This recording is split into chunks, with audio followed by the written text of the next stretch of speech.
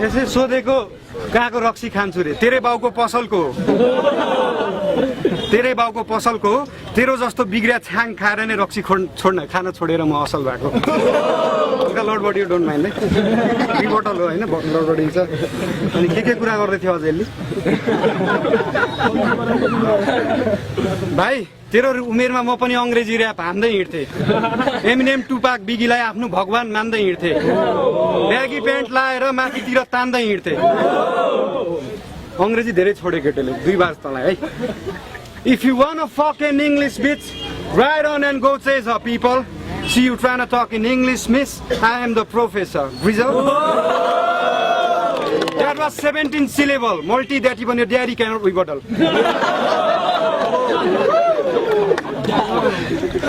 I'm the sickest in Nepal. अलिखेर सबैले बुझ्ने छ।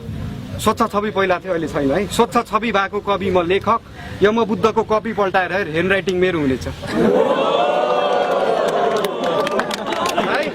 मेरो गीतको कुरा नगर हैन त, गीत भनेको कर्णप्रिय हुनुपर्छ, म्युजिक त तेरो जिङ्गल नै हुन्छ। र्यापर भनेको बालेन जस्तो भव्य हुनुपर्छ, लिटल त ग्रिजल नै हुन्छ।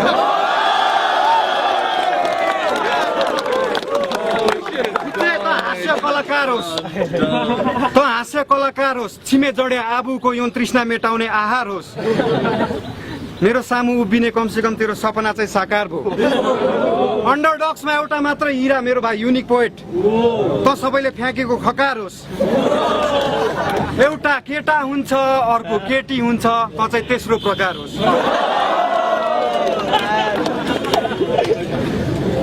के सिङ्गम के भाइ, जुङ्गा र दारी हुँदैन मान्छे सिङ्गम जस्तो भारती हुँदैन। जुङ्गा र दारी हुँदैन मान्छे सिङ्गम जस्तो भारती हुँदैन। बरु तेरो फोटोको चाहिँ खाली सिसीको घरमा आरती हुँदैछ। त तिनीहरूको आइडल होस्।